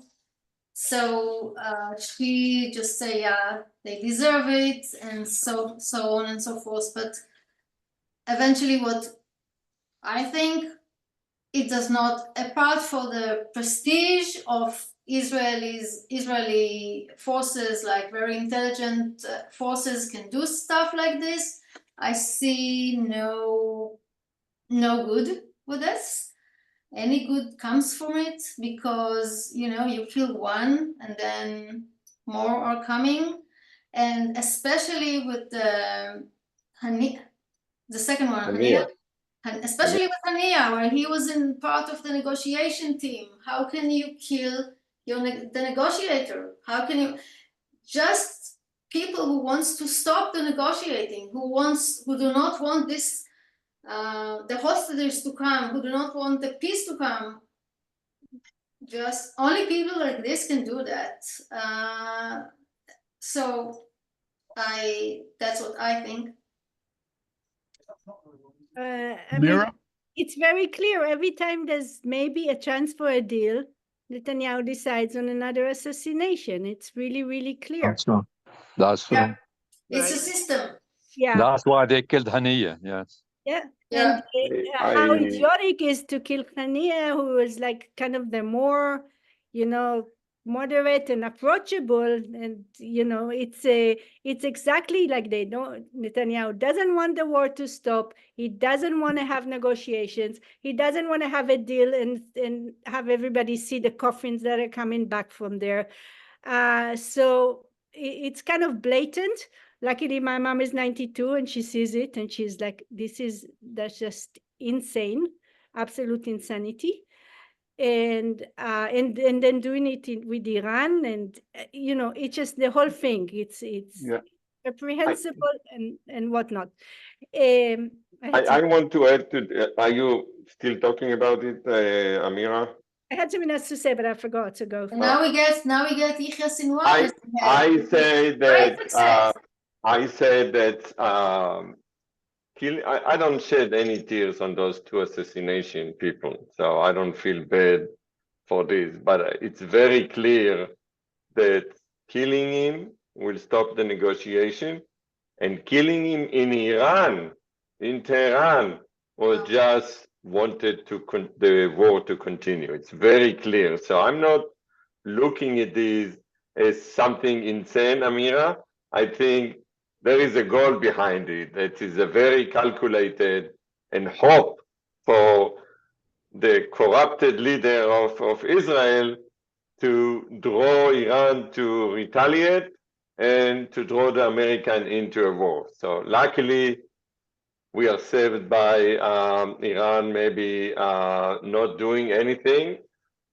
I don't know if that will continue, but that is the step of somebody who want the war to continue. And you can see what's happened now in Lebanon. They are attacking deeper into Lebanon. They're waiting for Hezbollah to launch something so they can react. And that's why So- I think that the embargo might save the kids, like the soldiers, rather than, because like it has to stop.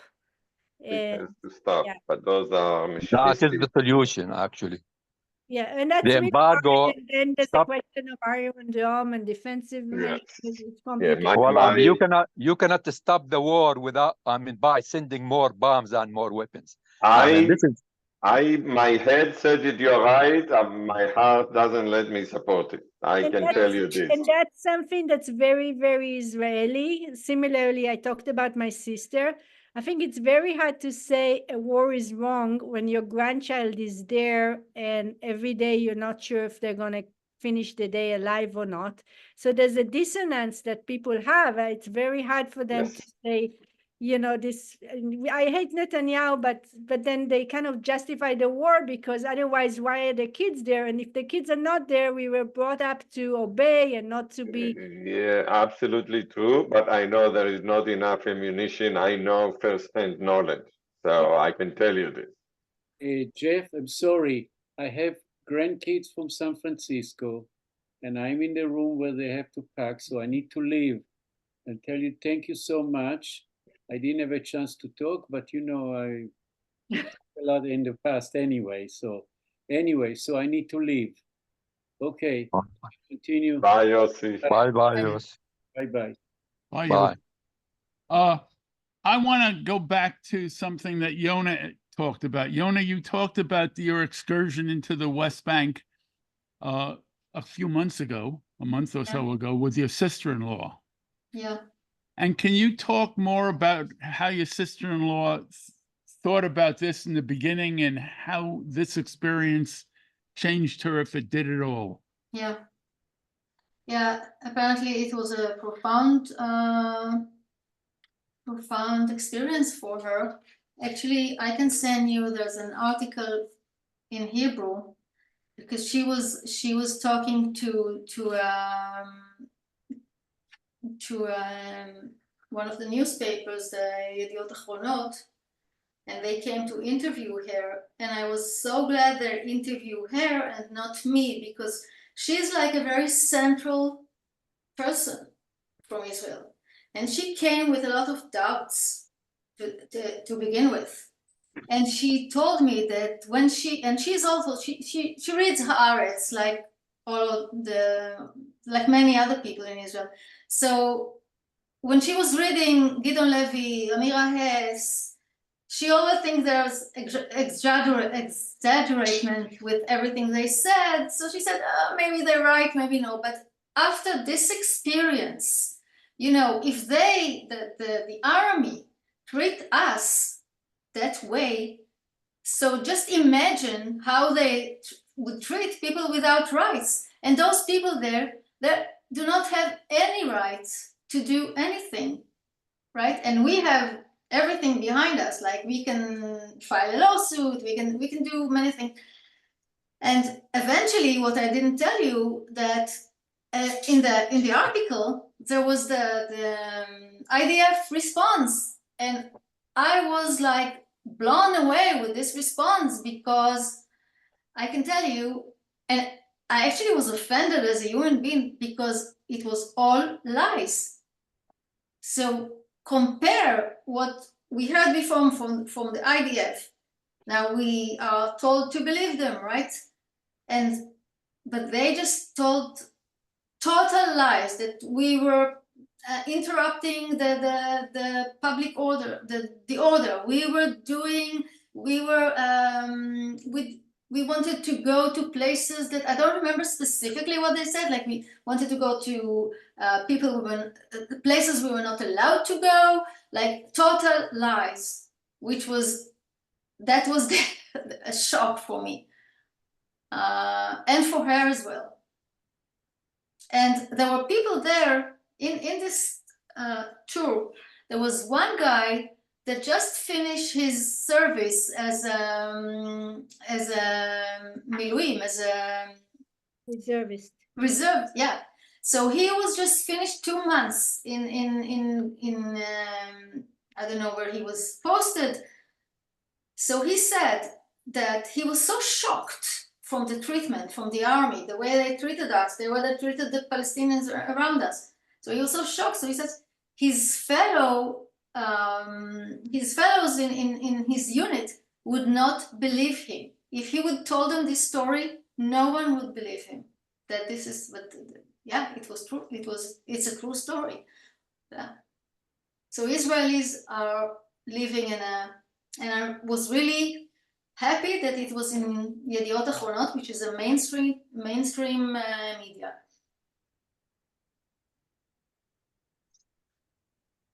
Yeah, Israeli Yeah. live in a bubble. Uri? your hand- Gideon, Okay. what is your idea of a solution for Gideon, I ask? Forget about solution. It's I not gonna be believe in solvable two-state. because I strongly believe Well, in I mean, it has to be a solution right now. no. I believe in two-state solution. Strongly believe in two-state. I never change my mind. I Samir, always believe not- that will. not all problems are solvable. The problem there is not solvable because at least one side is not interested in the solution. And two Because the sides. Israeli side, Oh, who since 1948 the price. that's The right. Israeli government was never willing to pay the price. They knew the Eventually, price. a new government, a new generation will come, Uri. That's why I'm Okay. optimist. Okay. That So we will have to get happen. rid of that But government. let me Yes, make a quick remarks. I don't want to get to the solution. There's no We solution. have to get rid of Netanyahu and his yes, government. Yeah, yes. but If that's you, not gonna solve the issue. Because yes, for Netanyahu, we Yeah. have other schmucks. But yeah. first of all, Uri, that's the difference between an optimist and a pessimist. but of course, yeah. You know why I'm a pessimist? I listened to too many optimists in my lifetime. That's why I became pessimist.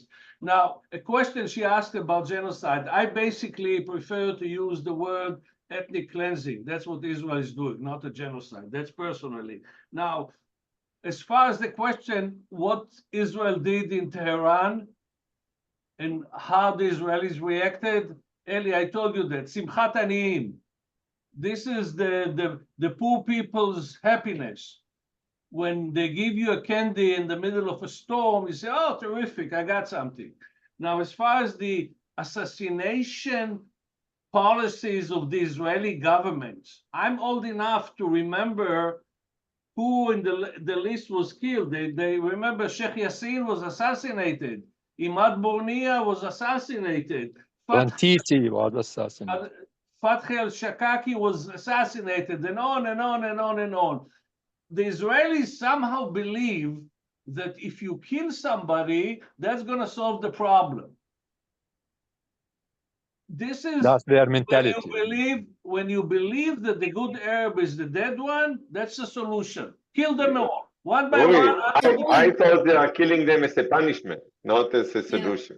So they don't have idea for solution. Just think about if they did the same thing to the Israeli government's leadership. Every time there was a schmuck, they take him out. Shamir should be assassinated. Begin should be. Sharon should be assassinated. Then on and on and on and on. Moshe Dayan should be assassinated. So how do you end this thing? Arafat was assassinated. Didn't they kill Gandhi, Uri? Huh? Didn't they Okay. kill Gandhi? Both Our Gandhi. Amira, Okay, they got one schmuck. He deserved it. It doesn't make any. Now the last No, thing there I was want to say- there was never an Israeli Gandhi. That's why. Okay, yeah. Whoa. The last thing I wanted to say, they told me in psychology, a kid that is being beaten usually grows to be a beating parent. And this is when you talked about Shoah Shelanu, I told you the book. This book is it says translation. The translation is basically, it says our Holocaust. That's the whole thing. In other words, we, the Jews, own the Holocaust. Nobody else's Holocaust even touches. It's our property. Yeah. The Armenian, forget about it. No, we do not share. That's ours. And this is one of the problems that actually runs Israel since 48. The issue that because of that, because of the Holocaust, we can do anything we want because we have the hechsher. We got the permission. Anyhow, get me off the soapbox because you know my position. Thank Yeah, you. I'm going to shut, because Amira and Yona both have had their hands up for about 5 minutes. Yeah, well, I have to retort to the pessimist. So, there's been a lot of bloody things around the world that have had solutions. Might take time and it seems impossible, but then it happened. Also, there really is, the Israeli society has gone right, but there's also a lot of more insights and people are more aware of the Nakba and people more aware of things. I'm amazed by the amount of people that have left Israel that are now active in social media and are talking about it. And we in the left have been really good about not working together and not getting stuff done. And I think that there may be a change. So I'm sorry, but I have to hold on to some modicum of things can happen. It looks horrible, but I hope things can happen. I also want to say that there shouldn't be like a complete there's been a lot of mistakes, and not just Israel. Israel has been the bully, and but it's a story. It's a complicated story. But I'm hoping that there is a new generation. I can't even think about the generation in Gaza now, and it's just, and the Israelis have gone to the right. But I think that I don't know what to say. I keep saying the same thing. I think there's a chance that more people are also opening their eyes. And I also think that there might be a chance that there's a good role here for the diaspora to help. Absolutely. Yeah, 500,000, my understanding is 500,000 Israeli Jews have left since October 7th, and that's like 8% of the Jewish population. So it's immense. Yona? I have hopes from the grassroots movements like Omdim B'Yachad, standing together in Israel. They are doing a great job. I hope they'll get more and more public Support. expose, and I think something good will come out of them. More and more, I hope more and more people will join them. Secondly, I hear a lot or read a lot. Ahmed El-Khatib, you probably knows him. Yes. From San Francisco, and he writes a lot about. Actually, he writes to us, to the Israeli side. He tells us stories about Gaza from the inside that we don't read or we don't see anywhere else. Like they do not, all of them support Hamas. They have no choice, and I see great hope with this because I think people like, that's what I say to my fellow Israelis. People like you and me, people like us, we have them everywhere. So there's hope that we can work with people like us. So that's what we need to keep on doing. Well, it's after 9, and with Amira and Yona giving us a final positive notes. Although I want to go back and say that Uri said something.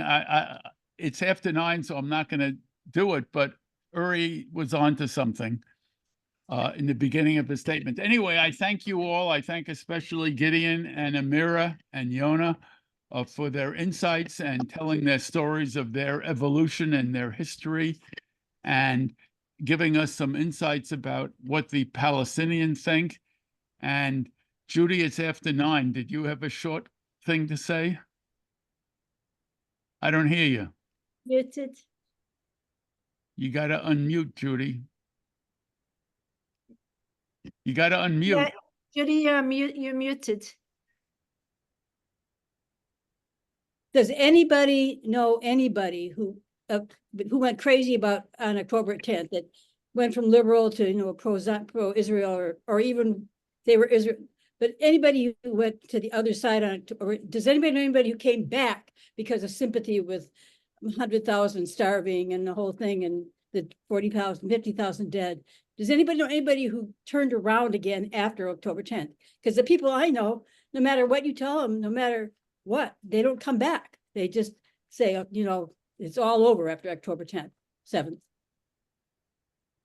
Did I finally get my question out, or maybe Yeah, not? you're saying people that after October 7th got really, No, I think what Judy's asking, has anyone changed their mind? Yes.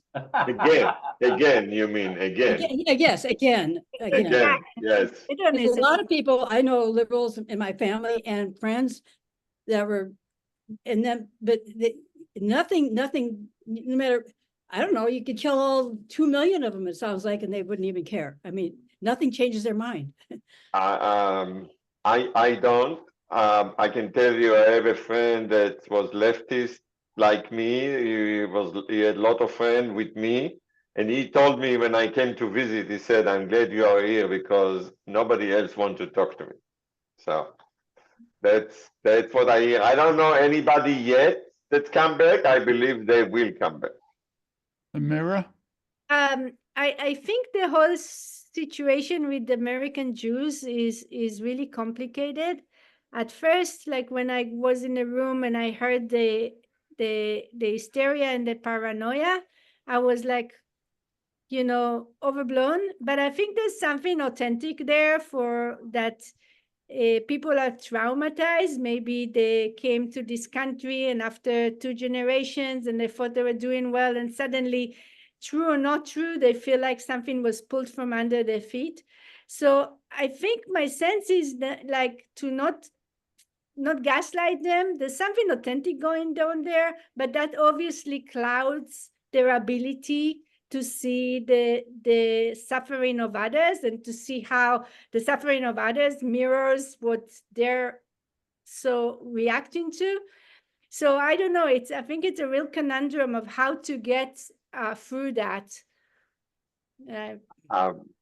You are an optimist. That's Yeah. I think Well, that- you know, we are arguing with a lot of subject about anti-Semitism. There are people here that I argued for a long time about it, and there are people in the Israeli society that attribute everything to anti-Semitism. Yes, so I believe the influence of Jewish American, especially the youngest generation, can bring good things to happen. Gee, I don't think so. I agree. Jeff. When I study how South Africa ended apartheid, and when I studied how Northern Ireland ended its troubles, the Yes. elite in each case wanted change. In South Africa, the elite by the mid-70s, by the mid-1970s, wanted change, and P.T. Botha, who we think is a bad guy, did changes, made changes to apartheid. They knew apartheid wasn't working and it had to change. So they were open for things to happen. Same thing in Northern Ireland. The elite had given up. They had killed too many of each other. They wanted out. They knew that something had to give, and so they were open to Mitchell coming in and doing something.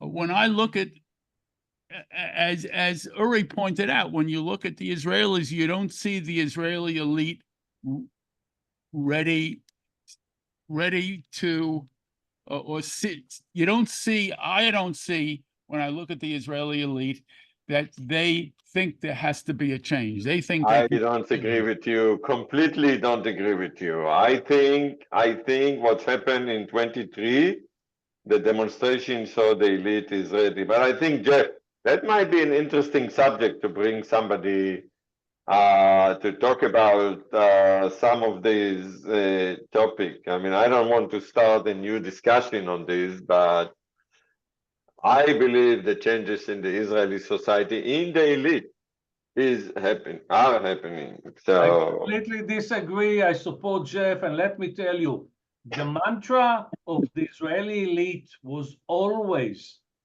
the dead Arab is the good one. Not agree, not agree, not Oh, agree. yeah, Not at all, not at all. Arik Sharon coined the term. מה Yeah, שלא yeah, הולך בכוח, apply more, whatever doesn't Yes, work with force, yes. apply more force to it. And this is the Israeli approach since 1948. We apply more force. We apply more force. The 93 hiatus when Rabin tried to do something was the exception. If you check the history of the Zionists for 48, Not agree with you. Not apply agree with more you. power to it if it doesn't work. Unfortunately, I'm looking. No. Amira. There are changes happening. There are changes happening. Amira, if you're talking about elites, I think there is a very distinct group of Israeli elite. I don't usually like to depend on them, but they're the rich people, they're the high tech, they're building the house, they love their life there, but they know that a lot of things are wrong. when I say the elite, I mean the politicians, the journalists, the business leaders, the business academics. leaders, yeah. But a lot of clergy. the business Yes. leaders and stuff would not, like, there's a thing where a lot of like people that you'd call elite wouldn't touch politics with from 100 miles. And I think they're understanding that this better change. They're also trapped because we were really built, like I asked, actually, my brother-in-law is one of those people.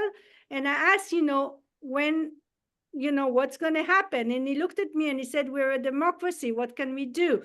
But I think things are going to change because these people are feeling, and it's their self-interest that everything Yes. that is Yes. being Yes. destroyed. Absolutely, I am sad. Amira. I am sad to agree fully with Gideon on this one. Good. Why would you be sad? You should be happy. I'm joking. I'm joking, of course. At that, I'm going to call the meeting over, and I thank you all. This has been a very interesting discussion. Thank you, Jeff. Thanks, Joe. Thank you. So I you thank all. you all. And normally I have the recording email, the email with the recording links out within an hour or two. But today it won't be until tomorrow morning. Okay. Okay, All right. thank you all. Thank you. Thank Thank you. There you. is something happening, and you should get rid of Netanyahu. That's Yeah.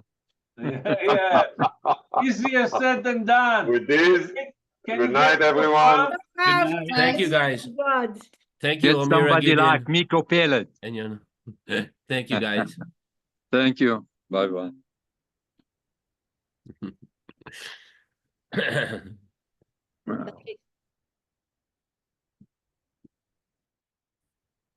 It's just you and me, Ellie. Okay, Yeah. good night. Good night.